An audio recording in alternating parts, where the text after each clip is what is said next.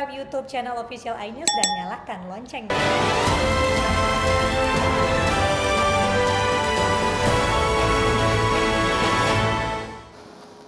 Anda kembali di News Pagi ini pemirsa, kalau kemarin kalau kata netizen ada pernikahan terheboh di awal tahun ini. Pasangan selebritis Atta Halilintar dan Aurel Hermansyah pemirsa resmi mengikat cinta mereka dalam pernikahan yang digelar di Hotel Raffles Setiabudi Jakarta Selatan Sabtu siang kemarin. Ya, dan momen emas ikatan cinta Atta Aurel ini dihadiri sejumlah petinggi negara dan rekan-rekan selebritis tentunya dengan tetap menerapkan protokol kesehatan. Dan kawinnya Titania Aureli Nur Hermansyah binti Ana Hermansyah dengan mas kawin tersebut tunai. Atta Halilintar tak kuasa menahan air mata harunya usai mengucap akad nikah atas putri sulung penyanyi Anang Hermansyah, Aurel Hermansyah. Bertindak sebagai saksi nikah, Presiden Joko Widodo dan Menteri Pertahanan Prabowo Subianto. Usai mengucap akad, Atta mengucap doa suami kepada istri dibimbing oleh sang penghulu Gus Miftah. Aku memohon kepadamu kebaikan dirinya dan kebaikan yang kau tentukan atas dirinya dan aku berlindung kepadamu dari kejelekannya. Dilanjutkan dengan penandatanganan buku nikah oleh kedua mempelai orang tua atau wali dan saksi nikah. Seorang istri kepada suami tercinta. Atta meminang Aurel dengan mas kawin seperangkat alat salat dan uang tunai sebesar Rp342.021. Acara akad nikah Atta Aurel digelar di Hotel Raffles Setiabudi Jakarta Selatan dengan penerapan protokol kesehatan.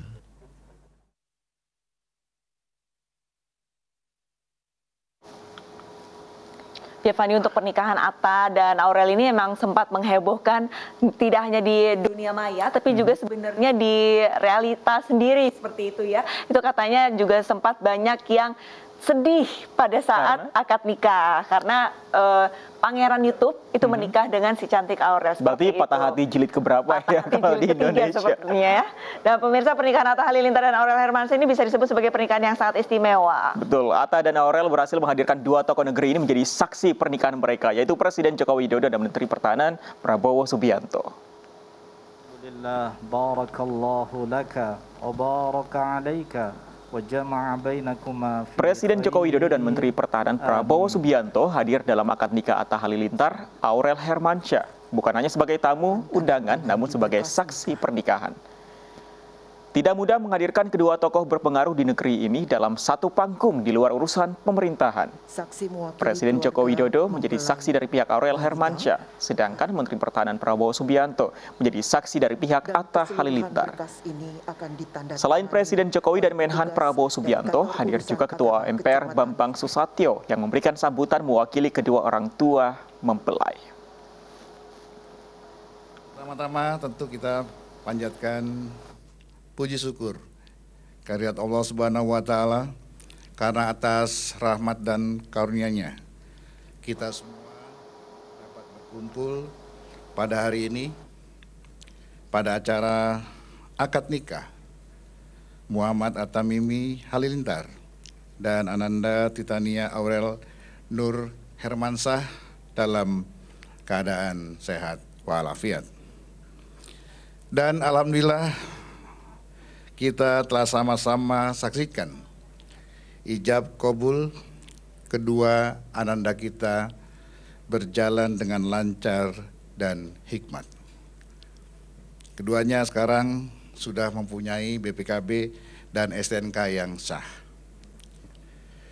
Bapak Ibu sekalian, dalam kesempatan yang berbahagia ini, perkenankanlah kami atas nama kedua mempelai dan keluarga Bapak Anang Hermansyah beserta keluarga besar Bapak Halilintar Anovial Asmit mengucapkan terima kasih dan penghargaan yang sebesar-besarnya atas kesetiaan Bapak dan Ibu sekalian untuk meluangkan waktu dan berkenan hadir memenuhi undangan kami dalam acara akad nikah pada siang hari ini.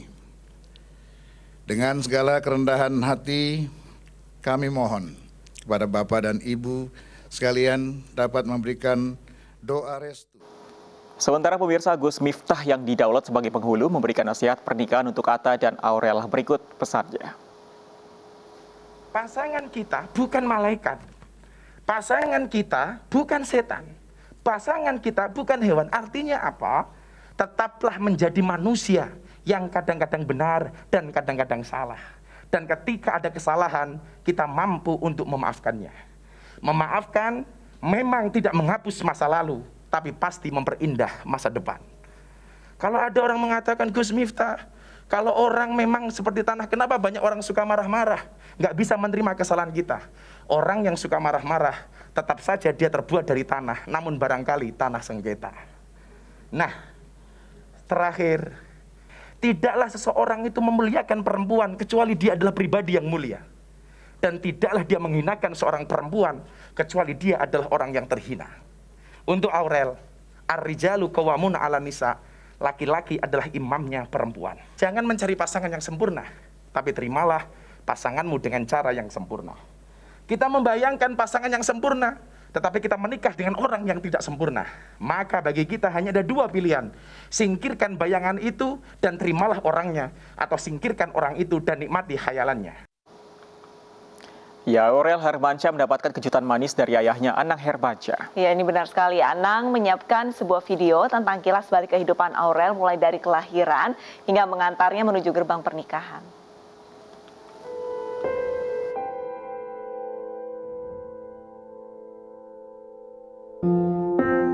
Anang Hermansyah mengisahkan kehidupannya bersama putri pertamanya, Aurel Hermansyah, sejak momen kelahiran hingga melepaskan putrinya ke jenjang pernikahan. Dear anakku Titania Aureli Nur Hermansyah, 22 tahun sudah berlalu. Anang kembali berkisah saat Aurel beranjak remaja menjadi gadis belia yang penuh talenta. Seiring berjalannya waktu, kamu kian tumbuh dewasa. Anang juga mengisahkan saat Aurel mulai meniti karir. Anang pun sempat bersenandung lagu yang dinyanyikannya bersama Aurel di masa lalu, berjudul Tanpa Bintang. Penuh dengan talenta. Aku dan kamu selalu bersama, habiskan malam walau tanpa bintang. Aku dan kamu saling berpelukan. Ia juga mengisahkan saat Aurel beranjak dewasa ketika sudah bisa menentukan jalan hidupnya saat ini. Tumbuh menjadi seorang gadis remaja yang cantik dan riang. Kamu adalah salah satu perempuan yang membuat pipi kuat. Sebagai orang tua, Anang mengaku ikhlas dan ridho melepas anaknya untuk menikah dengan pria pilihannya. Anakku Aurel. Ia pun menyelipkan sebuah pesan kepada Aurel yang mulai memasuki babak baru kehidupannya, yaitu pernikahan. Di mana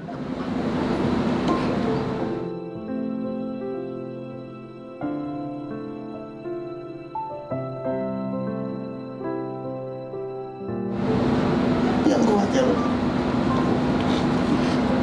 Pipi mohon Aurel tetap menjadi wanita yang kuat, patuh sama suamimu, dan kamu akan tetap ada untuk kami serta keluarga kecil. Pemirsa, kita beralih ke informasi lain. Penerapan jalur sepeda di ibu kota rencananya akan diperluas oleh Gubernur Anies Baswedan. Dengan perluasan jalur sepeda ini diharapkan mampu mendongkrak ekonomi melalui pariwisata sepeda.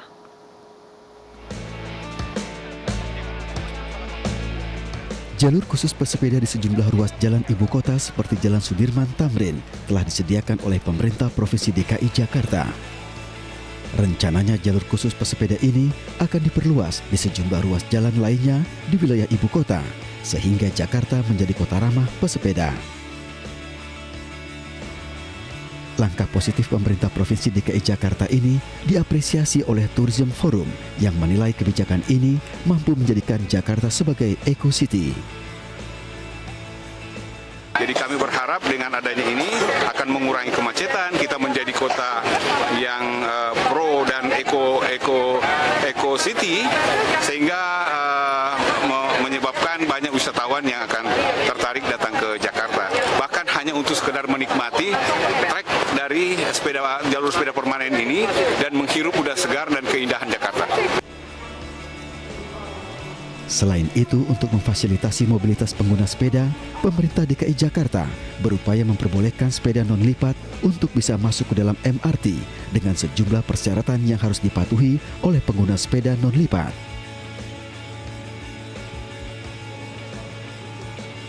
Rencananya, pemerintah Provinsi DKI Jakarta akan mengembangkan jalur sepeda sepanjang 578,8 km. Tim Liputan iNews melaporkan. Ya, dan untuk mengetahui respon warga ibu kota terkait perluasan jalur sepeda di kawasan Jakarta, ada rekan kami Camar Haenda yang berada di kawasan Jalan Jenderal Sudirman, Jakarta Pusat. Ya, kita sapa Camar, selamat pagi. Selamat pagi, Camar. Bagaimana tanggapan pengguna sepeda dengan perluasan jalur sepeda di sana? Ya, selamat pagi Fandi, Lista, dan juga pemirsa. Situasi dan kondisi terkini yang dapat kami sampaikan dari FX Senayan Sudirman, Jakarta. Ini sudah banyak masyarakat yang bersepeda di jalur sepeda permanen ini. Dan memang tadi sempat kami dapatkan informasi bahwa beberapa merasa aman dan nyaman karena tidak perlu lagi takut bersinggungan dengan mobil dan motor yang melintas. Namun beberapa lagi ini merasa kurang lebarnya dari jalur sepeda ini hanya berkisar 2 meter, sehingga itulah yang menjadi penyebab beberapa pesepeda masih keluar dari jalur lintasan. Untuk mengetahui informasi yang lebih lanjut, kita akan sama-sama mewawancari pesepeda yang ada di kawasan Sudirman Senayan ini dengan Mas siapa, Mas? Selamat pagi, Mas. Halo, dengan Mas Nizam. Oke, Mas Nizam, terkait dengan jalur sepeda saat ini, Mas, tanggapannya seperti apa, Mas? Saya menanggapinya dengan positif ya. Saya apresiasi kepada Pemda DKI, kepada pemerintah yang telah membuat infrastruktur sepeda di negara ini. Saya harap bisa jadi percontohan untuk provinsi-provinsi lainnya. Tetapi dengan adanya infrastruktur baru dan tentunya butuh penyesuaian dengan kebutuhan masyarakat juga, terutama untuk di kalangan road bike. Sebelumnya beberapa komunitas telah melakukan audiensi dengan Pemda DKI dan menyarankan untuk road bike agar bisa keluar dari jalan sepeda permanen ini, karena sebenarnya tidak memenuhi kriteria untuk bermain di sepeda-sepeda yang di atas speednya tinggi seperti 30-40 km per jam. Oleh karena itu saya menyarankan untuk pemerintah untuk road bike agar bisa di jalan biasa, tetapi infrastruktur sepeda tetap harus ada gitu. Oke, Mas, terkait dengan tadi nih, Mas, kan nanti kan akan ada wacana juga bahwa nanti akan ada penilangan terkait dengan pesepeda yang keluar jalur. Itu bagaimana, Mas, tanggapannya, Mas? Saya kira penindakan hukum itu wajib ya, karena dengan adanya infrastruktur baru dan adanya regulasi baru. Tetapi regulasi baru itu juga harus sesuai dengan kebutuhan masyarakat. Oleh karena itu saya kira tilang itu bisa diadakan, tetapi harus dengan regulasi-regulasi yang tepat, sehingga tidak ada hukum yang menjadi karet di sini, begitu. Oke, baik Mas. Harapan yang paling ingin Mas harapkan nih sebagai seorang pesepeda nih, Mas, terkait jalur ini bagaimana, Mas? Saya kira Indonesia bisa mencontoh negara-negara lain ya, lebih ramah pesepeda dan infrastruktur sepedanya lebih dibikin masif gitu di setiap kota, nggak cuma di Jakarta tapi di kota-kota lainnya. Begitu sih. Oke, berarti peluasan jalur sepeda Mas setuju ya, Mas ya? Oke, baik, terima kasih Mas Nizam atas waktunya. Ya, itu dia Fandi, Lista, dan juga pemirsa terkait dengan tanggapan masyarakat mengenai perluasan dari jalur sepeda. Dan memang meskipun begitu, dihimbau kepada masyarakat untuk tetap mematuhi rambu lalu lintas, kemudian juga marka jalan, terutama bagi pesepeda. Ini sudah diatur dalam peraturan Menteri Perhubungan nomor 29 tahun 2020 terkait dengan keamanan para pesepeda untuk tetap mematuhi marka jalan, bukan hanya pengamanan bagi para pesepeda, namun juga bagi pengendara lain yang ada di jalan raya. Fandi, Lista, dan kembali ke studio. Camar, untuk perluasan jalur sepeda sendiri, apakah dari Camar sendiri sudah mendapatkan informasi jalan mana saja yang nantinya akan dijadikan ataupun yang diberikan untuk jalur sepeda? Ya, Lista, terkait dengan perluasan jalur sepeda ini, tadi saya juga sempat berbincang dengan Satpol PP yang bertugas hari ini. Memang belum ada belum adanya jalur-jalur yang memang sudah pasti dilakukan pelebaran. Namun memang tentunya ini terbentang sejauh 11,2 km dan nantinya akan lebih diutamakan kepada jalur-jalur yang memang sering dilalui oleh pesepeda, salah satunya adalah di FX Senayan. Ista. Baik, Camar, kalau kita lihat di sisi kanan Anda, ini tepat di belokan mobil dan juga sepeda motor sebenarnya. Dan sepeda harus berhenti dulu ketika ada pengendara lain, mobil dan juga motor, jika harus belok di depan FX ini. Apakah ini cukup berbahaya atau bagaimana kalau tanggapan penglihatan Anda di sana? Ya, sejak subuh tadi memang sudah ada beberapa pengendara sepeda yang mengayuh sepedanya, dan saya tadi sempat melihat juga ada beberapa pesepeda yang hampir menabrak mobil begitu yang melintas juga di sekitar pertigaan ini. Namun memang ini diantisipasi dengan adanya Satpol PP yang berjaga, tepatnya di depan saya ini sudah ada Satpol PP yang berjaga, dan di belakang saya untuk melakukan pengamanan dan juga pengawasan untuk keselamatan para pesepeda ini sendiri. Begitu, Fandi. Baik, Camar, untuk saat ini sudah mulai sosialisasi untuk penerapan sepeda harus berada di jalur sepeda. Tapi di belakang Anda ini masih terlihat banyak sekali pesepeda yang mengendarai sepedanya justru di luar jalur sepeda. Ini tidak ada tindakan dari Satpol PP ataupun petugas? Ya, betul sekali, Lista. Ini memang terkait dengan beberapa pengendara yang keluar jalur begitu. Ini memang masih agak susah untuk diingatkan dan juga diatur begitu, karena memang mereka berbondong-bondong begitu dengan kawanannya masing-masing untuk bersepeda, dan memang ini juga tidak ada tindakan tegas begitu ya sesuai dengan pandangan mata saya. Dan ini juga tentunya diharapkan kesadaran tersendiri bagi pesepeda untuk melajukan sepedanya sesuai dengan jalur sepeda yang ada, karena sesuai dengan peraturan Dinas Perhubungan ini bahwa sepeda itu sebenarnya tidak boleh berbondong-bondong berjajar lebih dari 2. Sedangkan memang yang dapat dilihat saat ini adalah contoh buruk yang seharusnya tidak dicontoh begitu, dan dapat dijadikan pelajaran untuk kita semua untuk tetap berhati-hati. Oke, baik, terima kasih banyak Camar atas laporannya langsung dari depan FX Jakarta ya.